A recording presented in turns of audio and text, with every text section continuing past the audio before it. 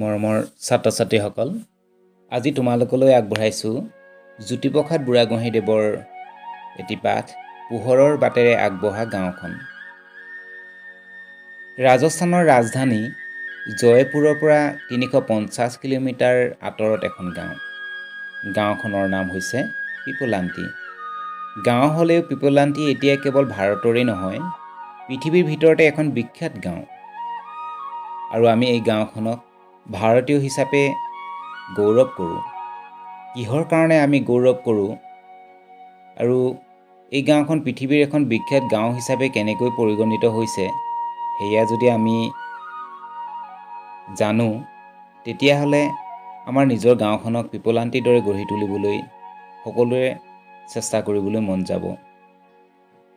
ৰাজচমন নামৰ জিলাখনৰ অন্তৰ্গত তথা ৰাজপুতবীৰ মহাৰাণা প্ৰতাপৰ জন্মস্থান উদয়পুৰৰ পৰা ৭ কিলোমিটাৰ আঁতৰত অৱস্থিত পিপলান্তি গাঁৱে সকলোকে এনে আৰ্হি দেখুৱাবলৈ সক্ষম হৈছে যে মানুহে কৰোঁ বুলিলে সকলো কামেই কৰিব পাৰে, কেৱল হাতে কামে আৰু পৰিকল্পনাৰে কামবোৰ আগুৱাই নিলেই হ'ল, এই কথা প্ৰমাণ কৰি দেখুৱাইছে। ধৈৰ্য, একাগ্ৰতা, সাহস আৰু নিয়ম শৃংখলা মানি চলি সকলোৱে একেলগে হাত আগবঢ়ালে অসম্ভৱ বুলি ভাবি থকা কামো অনায়াসে সম্পন্ন হয়। আমাৰ ছাত্ৰ ছাত্ৰীসকলে এই গাঁওখনৰ বিষয়ে জানি ইয়াৰ কাম কাজ আৰু মহান আদৰ্শক সাৰোগত কৰিলে দেশৰ প্ৰতিখন গাঁৱেই সমৃদ্ধিশালী হৈ উঠিব বুলি আশা কৰিব পাৰি। বৰ্তমান সকলোৰে আদৰ্শ গাঁও হিচাপে পৰিগণিত হোৱা পিপলান্তি গাঁওখনে এসময়ত পৰিৱেশ প্ৰদূষণ আৰু খেতি-বাতিৰ বাবে পানীৰ নাটনিত ভুগিছিল। ইয়াৰ ফলত পিপলান্তি গাঁৱৰ লোকসকলৰ অৱস্থা অতি দুখ লগা হৈছিল। প্ৰাকৃতিক সম্পদত অতিশয় চহকী হোৱা সত্ত্বেও গাঁওখনৰ মানুহে জীয়াই থাকিবলৈ কঠোৰ সংগ্ৰাম কৰিছিল। মাৰ্বল পাথৰৰ বাবে গিনিছ ৱৰ্ল্ড ৰেকৰ্ডছ স্থান লাভ কৰা পিপলান্তি গাঁৱত ডাঙৰ ডাঙৰ ব্যৱসায়ীসকলে বৃহৎ বৃহৎ মাৰ্বল পাথৰৰ খনি আৰম্ভ কৰে। এই বৃহৎ খনিবোৰৰ ফলত প্ৰকৃতি ধ্বংস হোৱাৰ লগে লগে প্ৰাকৃতিক সম্পদও ব্যৱসায়ীৰ হাতলৈ গুচি যায়। মাৰ্বল পাথৰ আহৰণৰ বাবে খনিবোৰত দিনে নিশাই কাম চলাৰ ফলত পিপলান্তি গাঁৱৰ পৰিৱেশ প্ৰদূষিত হয়। মানুহে অলপমান বিশুদ্ধ বতাহৰ বাবে হাহাকাৰ কৰিবলগীয়া হয়। গছ-গছনিৰ সংখ্যাও দ্ৰুতগতিত কমি অহাৰ ফলত বৰষুণৰ পৰিমাণ কম হয়। বৰষুণৰ পৰিমাণ কম হোৱাত গাঁৱৰ মানুহে খেতি-বাতি কৰিবলৈ পানী বিচাৰি হাহাকাৰ কৰিবলগীয়া হয়। নৈ, জলাশয়, পুখুৰী আদিৰ পানীও প্ৰদূষিত হয়। উপায়হীন হৈ মানুহে সেই পানীকে খোৱাৰ বাবে ব্যৱহাৰ কৰাৰ উপৰিও আন আন কামতো ব্যৱহাৰ কৰিবলৈ বাধ্য হয়। ইয়াৰ ফলত বেমাৰ আজাৰৰ পৰিমাণো বৃদ্ধি হয়। আনহাতে গছ-গছনি নোহোৱাৰ ফলত ভূগৰ্ভত পানীৰ স্তৰো বহু তললৈ নামি যায়। কৃষিভূমিৰ উৰ্বৰা শক্তিও হ্ৰাস পায়। চৰাই-চিৰিকটি আৰু জীৱ-জন্তুৰ সংখ্যাও ক্ৰমান্বয়ে কমি আহিবলৈ ধৰে। দৰিদ্ৰতাই কোঙা কৰা পৰিয়ালবোৰৰ যুৱকসকলে কাম বিচাৰি জয়পুৰ, ভোপাল, ইন্দোৰ, হায়দৰাবাদ, দিল্লী, মুম্বাইলৈ যাবলৈ আৰম্ভ কৰে। কিন্তু ধ্বংসৰ দিশে গতি কৰা গাঁওখনে আজি বিশ্ববাসীৰ দৃষ্টি আকৰ্ষণ কৰিবলৈ সক্ষম হৈছে। এয়া আশ্চৰ্যৰ কথা নহয়নে? গাঁওখনক পুনৰ জীয়াই তোলাৰ আঁৰত আছে এজন ব্যক্তিৰ অক্লান্ত পৰিশ্ৰম। তেওঁৰ নাম হৈছে শ্যাম সুন্দৰ পালিৱাল। শ্যাম সুন্দৰ পালিৱালে নতুন ৰূপ দিয়া পিপলান্তি গাঁওখন চাবলৈ প্ৰতি বছৰে বিভিন্ন প্ৰান্তৰ পৰা মানুহ আহে, চৰকাৰী প্ৰতিনিধি আহে। ইতিমধ্যে ডেনমাৰ্কৰ প্ৰাথমিক শিক্ষাৰ পাঠ্যক্ৰমত এই গাঁওখনৰ সফলতা আৰু কাম-কাজৰ বিষয়ে পাঠ অন্তৰ্ভুক্ত কৰা হৈছে আৰু ছাত্ৰ-ছাত্ৰীসকলক ইয়াৰ বিষয়ে অধ্যয়ন কৰি নিজৰ দেশৰ প্ৰতি থকা দায়িত্ব পালন কৰিবলৈ প্ৰেৰণা দিয়া হৈছে। ৰাজস্থান চৰকাৰৰ শিক্ষা বিভাগেও ৭ম আৰু ৮ম শ্ৰেণীৰ পাঠ্যক্ৰমত এই গাঁওখনৰ বিষয়ে পাঠ অন্তৰ্ভুক্ত কৰিছে আৰু ছাত্ৰ-ছাত্ৰীয়ে গাঁওখনৰ বিষয়ে পঢ়ি তেনে কাম কৰাৰ অনুপ্ৰেৰণা লাভ কৰিছে। আৰ্জেণ্টিনাৰ এটা দলে আহি এই গাঁওখনক লৈ ৩০ ছিষ্টাৰ্ছ নামৰ এখন চিনেমা নিৰ্মাণ কৰে। বহুতে এই গাঁৱক লৈ শতাধিক তথ্যচিত্ৰ কৰিছে। পিপলান্তি নামৰ এখন হিন্দী ছবিও নিৰ্মাণ হৈছে। শ্যাম সুন্দৰ পালিৱালৰ যি সময়ত জন্ম হৈছিল সেই সময়ত পিপলান্তি গাঁৱৰ অৱস্থা আছিল দুখ লগা। মাত্ৰ 6 বছৰ বয়সতে তেওঁ মাতৃক হেৰুৱাইছিল। তাৰ পিছত জীৱন সংগ্ৰামৰ বাবে তেওঁ গাঁও এৰি যাবলগীয়া হৈছিল। কিন্তু গাঁৱৰ পৰা আঁতৰি যোৱাৰ পিছতো তেওঁৰ মনৰ পৰা গাঁৱৰ দুখ লগা পৰিস্থিতিৰ ছবিখন মচ খোৱা নাছিল। গতিকে তেওঁ এটা সময়ত ঘৰলৈ ঘূৰি আহে। গাঁৱলৈ ঘূৰি অহাৰ পিছত তেওঁ কঠোৰ সংগ্ৰাম আৰম্ভ কৰে। কিন্তু মাৰ্বল বৃহৎ খনিয়ে সকলো শেষ কৰি আহিছিল। ভূগৰ্ভৰ পানী 800 ফুট তললৈ নামি গৈছিল। ইয়াৰ ফলত গাঁৱৰ ৰাইজে সকলো আশা এৰি দিছিল। কিন্তু 2005 চনত শ্যাম সুন্দৰ পালিৱাল গাঁওখনৰ মুখিয়ালৰ দায়িত্ব লাভ কৰাৰ পিছত সকলো সলনি হয়। এদিনৰ এটা ঘটনাই সকলো সলনি কৰি দিয়ে। সেইদিনা অসুখত ভুগি থকা তেওঁৰ কন্যা কিৰণৰ মৃত্যু হয়। কন্যাৰ মৃত্যুত ম্ৰিয়মাণ হৈ পৰা পালিৱালে এয়া নিয়তিৰ ইচ্ছা বুলি ভাবি লৈ কন্যাৰ স্মৃতিত এটা গছপুলি ৰোপণ কৰে।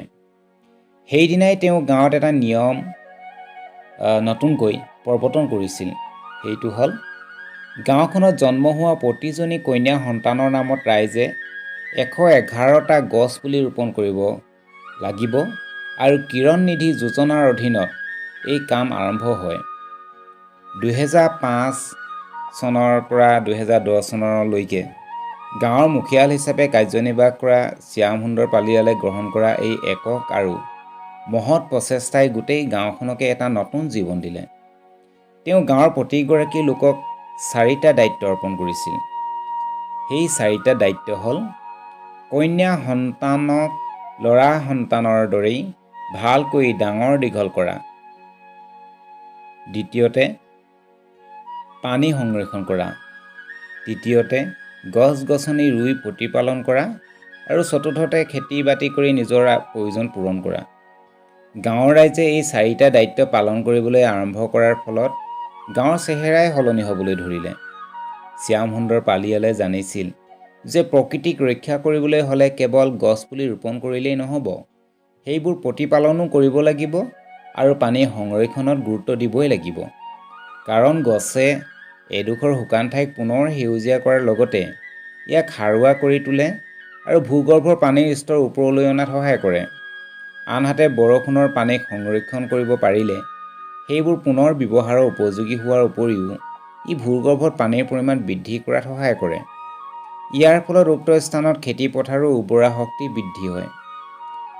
আমাৰ দেশৰ বিভিন্ন ৰাজ্যত এতিয়াও কন্যা সন্তানৰ প্ৰতি বৈষম্যৰ ভাৱ পোষণ কৰা হয়। বহুতে কন্যা সন্তানক পেলাই দিবলৈ বিচাৰে বা গৰ্ভতে হত্যা কৰিবলৈ বিচাৰে। ভ্ৰূণ হত্যা অতিশয় গুৰুতৰ অপৰাধ যদিও বহুতে গোপনে গৰ্ভস্থ সন্তানৰ লিংগ পৰীক্ষা কৰাই ছোৱালী সন্তান বুলি জানিলে গৰ্ভপাত কৰায়। ইয়াৰ ফলত দেশৰ কিছুমান ৰাজ্যত ল'ৰা আৰু ছোৱালী অনুপাতৰ অনাকাংক্ষিকভাৱে তাৰতম্য ঘটিছে। কিন্তু পিপলান্তি গাঁৱৰ মুখিয়াল শ্যাম সুন্দৰ পালিৱালে কন্যা সন্তানৰ প্ৰতি গাঁওখনৰ লোকসকলৰ মনোভাৱ সলনি কৰে। তেওঁ আহ্বানত গাঁৱত ছোৱালী সন্তান জন্ম হোৱাৰ লগে লগে এক উৎসৱমুখৰ পৰিৱেশৰ সৃষ্টি হয়। ছোৱালী জন্ম হ'লে দুখ কৰাৰ সলনি আনন্দ উল্লাস কৰা হয় আৰু সেই ছোৱালীজনীৰ নামত 111টা গছপুলি ৰোপণ কৰা হয়। তেওঁ নিয়ম কৰি দিছিল গাঁৱৰ কোনো লোকে কন্যা ভ্ৰূণ হত্যা কৰিব নোৱাৰিব। দ্বিতীয়তে ছোৱালীজনীক যেনেদৰে আলফুলে তুলি তালি ডাঙৰ কৰা হ'ব সেই একেই মৰম চেনেহ আৰু যত্নৰে 111টা গছপুলিকো প্ৰতিপালন কৰিব লাগিব। তৃতীয়তে কোনো ছোৱালীকে শিক্ষাৰ পৰা বঞ্চিত কৰিব নোৱাৰিব। চতুৰ্থতে কোনো পৰিস্থিতিতে ছোৱালীৰ বাল্যবিবাহ সম্পন্ন কৰিব নোৱাৰিব। পঞ্চমতে আছিল যে ছোৱালীৰ নামত বেংকত থোৱা 31,000 টকা ছোৱালীৰ পঢ়া বা বিয়াৰ কামতহে খৰচ কৰিব পাৰিব। শেষত ছোৱালীৰ জন্ম সময়ত ৰোৱা গছপুলিবোৰ গাঁৱৰ সম্পত্তি হ'ব। এখন ষ্টাম্প পেপাৰত এই নিয়মৰ চুক্তিত স্বাক্ষৰ কৰি প্ৰতিশ্ৰুতি দিবলগীয়া হয় গাঁৱৰ ৰাইজে। পিপলান্তি গাঁৱত এতিয়া 8,000ৰো অধিক লোক আছে। প্ৰতি বছৰে গাঁৱত 100ৰো অধিক সন্তান জন্ম হয় আৰু ইয়াৰ আধাই হৈছে কন্যা সন্তান। যেতিয়া কন্যা সন্তান এটি জন্ম হয় তেতিয়া গাঁৱৰ ৰাইজে 21,000 টকা তোলে আৰু সন্তানৰ পিতৃ মাতৃৰ পৰা 10,000 টকা লোৱা হয়। মুঠ 31,000 টকা উক্ত কন্যা সন্তানটিৰ নামত বেংকত ফিক্সড ডিপজিট কৰি ৰখা হয়। এই ধনখিনি পিতৃ মাতৃয়ে কোনো কাৰণতে আগতীয়াকৈ বেংকৰ পৰা উলিয়াব নোৱাৰিব। পঢ়া শুনা কৰি ছোৱালীয়ে যেতিয়া বিয়াৰ উপযুক্ত বয়সত উপনীত হ'ব তেতিয়াহে এই ধন বেংকৰ পৰা উলিয়াব পাৰিব। ফিক্সড ডিপ'জিট হিচাপে ৰখা এই ধনখিনি তেতিয়া লাখৰো অধিক হ'বগৈ। ছোৱালীৰ বাহিৰে সেই ধনখিনি যাতে বেলেগত খৰচ কৰা নহয় তাৰো নিয়ম কৰা হৈছে। আনহাতে ছোৱালীজনী জন্মৰ সময়ত ৰোৱা গছ পুলিটো এজোপা পূৰ্ণাংগ গছলৈ ৰূপান্তৰিত হয় আৰু 111টা গছৰ যি মূল্য সেই মূল্য 1,11,00,000 টকা হয়গৈ। কাৰণ এই গছবোৰ অতি মূল্যৱান প্ৰজাতিৰ, কিন্তু গছে দিয়া অক্সিজেন তাতোকৈও অধিক মূল্যৱান। গতিকে প্ৰতিটো গছপুলিক এজোপা পূৰ্ণাংগ গছলৈ ৰূপান্তৰিত কৰাৰ দায়িত্ব গাঁৱৰ প্ৰতিজন লোকেই পালন কৰি আহিছে। ৰাখী বন্ধনৰ দিনা গাঁৱৰ ছোৱালী আৰু মহিলাসকলে গছত ৰছী বান্ধে আৰু ইয়াৰ দ্বাৰা গছ আৰু মানুহৰ মাজৰ যি সম্পৰ্ক অধিক গভীৰ হৈ পৰে। 2005 চনৰ পৰা যেতিয়া পিপলান্তি গাঁৱৰ মানুহে কন্যা সন্তান জন্ম হ'লে 111টা মূল্যৱান প্ৰজাতিৰ গছপুলি ৰোপণ কৰাৰ কাম আৰম্ভ কৰিলে, তেতিয়াৰে পৰাই গাঁৱৰ সুদিন আৰম্ভ হ'ল। লাহে লাহে গাঁওখন সেউজীয়া হ'বলৈ আৰম্ভ কৰে। গছ-গছনিৰ সংখ্যা বৃদ্ধি পোৱাত পুনৰ চৰাই-চিৰিকটি, জীৱ-জন্তুৰ আগমন ঘটিল। প্ৰদূষিত বতাহৰ সলনি মুক্ত আৰু বিশুদ্ধ বায়ু বলিবলৈ ল'লে। অধিক গৰমৰ প্ৰকোপ কমিল আৰু সময়মতে বৰষুণ আহিবলৈ লোৱাত ভূগৰ্ভৰ পানীৰ স্তৰ ওপৰলৈ উঠিল। পুখুৰী জলাশয়ত পানী ভৰি পৰিল। খেতি-বাতিৰ বাবেও পৰ্যাপ্ত পৰিমাণৰ পানী লাভ কৰিবলৈ সক্ষম হ'ল গাঁৱৰ ৰাইজে। লাহে লাহে গাঁৱলৈ সুখ সমৃদ্ধি ঘূৰি আহিল। এতিয়া পিপলান্তি গাঁৱত থকা বিভিন্ন প্ৰজাতিৰ চৰাই চাবলৈকে প্ৰতি বছৰে বিভিন্ন ঠাইৰ পৰা মানুহ আহে। কাষত চলি থকা প্ৰকৃতি ধ্বংসকাৰী অবৈধ খনিবোৰ বন্ধ কৰি দিয়ে চৰকাৰে। পিপলান্তি গাঁৱক চাবলৈ বিদেশৰ পৰাও যেতিয়া মানুহ আহিবলৈ ধৰিলে, বিশেষকৈ গৱেষকৰ দল, তথ্যচিত্ৰ নিৰ্মাণকাৰী দল, চিনেমা নিৰ্মাণকাৰী দল আহিবলৈ আৰম্ভ কৰিলে, তেতিয়া ৰাজস্থান চৰকাৰে গাঁওখনৰ ৰাস্তাবোৰ পকী কৰি দিলে। চৰকাৰৰ তৰফৰ পৰা বিদ্যালয় স্থাপনৰ ব্যৱস্থা কৰি দিয়াৰ লগতে গাঁও পঞ্চায়তৰ কাৰ্যালয় স্থাপন কৰি দিয়ে। অংগনবাড়ী কাৰ্যালয়, বিশুদ্ধ খোৱা পানীৰ ব্যৱস্থা কৰি দিয়াৰ লগতে বিভিন্ন চৰকাৰী আঁচনিবোৰৰ সুবিধাও কৰি দিয়ে। গাঁৱৰ ৰাইজৰ যি যি সমস্যা আছে সেইবোৰলৈ তেওঁলোক চৰকাৰৰ ওচৰলৈ যোৱাই নাই। চৰকাৰৰ লোকে নিজেই আহি যি যি সমস্যা আছে সেইবোৰৰ বুজ লৈ সমাধান কৰি দিছে। ৰাজস্থান চৰকাৰৰ প্ৰতিখন জনকল্যাণমূলক আঁচনিৰ সফল ৰূপায়ণ হৈছে পিপলান্তি গাঁৱত। খ্ৰীষ্টীয় 2007 চনত তেতিয়া ৰাষ্ট্ৰপতি ডক্টৰ APJ আব্দুল কালামে পিপলান্তি গাঁৱলৈ ৰাষ্ট্ৰপতি পুৰস্কাৰ আগবঢ়ায়। চৰকাৰী আঁচনিসমূহৰ সফল ৰূপায়ণ কৰাৰ বাবে পিপলান্তি গাঁৱে ৰাজস্থান চৰকাৰৰ পৰা বিভিন্ন পুৰস্কাৰ লাভ কৰিছে।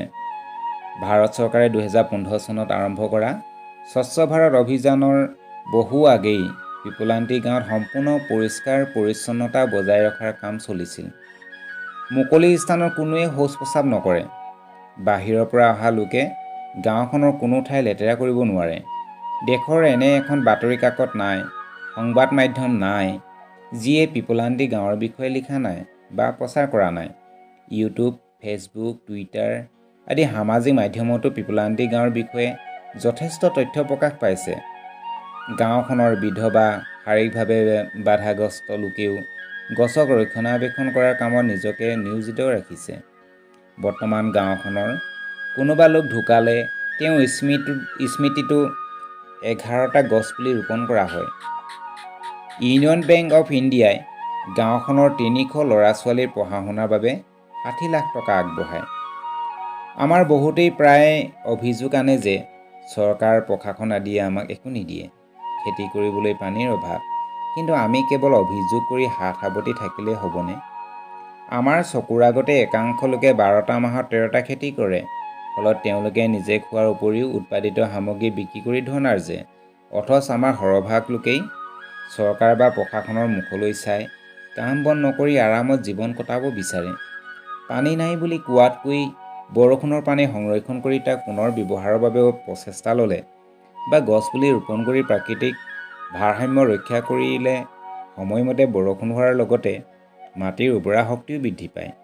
লগতে বৰ্তমান হোৱা পৰিৱেশ প্ৰদূষণো ৰোধ হয়। গতিকে শ্যামসুন্দৰ পালিৱাল আৰু পিপলান্তি গাঁৱৰ লোকে দেশৰ প্ৰতিজন নাগৰিকলৈ আহ্বান জনাইছে যে গছপুলি ৰোপণ কৰক, প্ৰতিপালন কৰক, কাম কাজ কৰক, তেতিয়া নিজে বাস কৰা স্থানেই হৈ পৰিব স্বৰ্গ সদৃশ। এতিয়া ৰাজস্থানৰ আন ঠাইতো পিপলান্তি গাঁৱৰ আৰ্হি গ্ৰহণ কৰা হৈছে। আমাৰ ৰাজ্যতো যদি এই গাঁওখনৰ আৰ্হি গ্ৰহণ কৰা হয়, তেতিয়া প্ৰকৃতিৰ ৰক্ষণাবেক্ষণৰ প্ৰতি প্ৰতিখন গাঁৱে সমৃদ্ধিশালী হৈ উঠিব। গতিকে মৰমৰ ছাত্ৰ ছাত্ৰীসকল, আজি নিশ্চয় তোমালোকে পিপলান্তি গাঁৱৰ এই দৃশ্যসমূহ দেখিছা আৰু এই পাঠটোৰ বিষয়ে তোমালোকে পাঠৰ কথাখিনি শুনিছা। গতিকে তোমালোকৰ প্ৰতিও আমাৰ আহ্বান, গছপুলি তোমালোকেও ৰোপণ কৰিবলৈ যত্ন কৰা। মাহত যদি এজোপাকৈ যদি তোমালোকে গছ ৰুবলৈ চেষ্টা কৰা, বছৰত তোমালোকে 12জোপা গছ ৰুব পাৰিবা। এয়া আমাৰ আহ্বান। আৰু গছপুলি ৰোপণ কৰি কেৱল ৰোপণ কৰিয়ে নাৰাখিবা, তাক সুন্দৰকৈ প্ৰতিপালন কৰি তাক ডাঙৰ কৰিবলৈ যত্ন কৰিবা। গতিকে তোমালোকলৈ প্ৰতি এই আহ্বান আমি কৰি আজি এই পাঠটি ইয়াতে সামৰণি মাৰিছোঁ। ধন্যবাদ।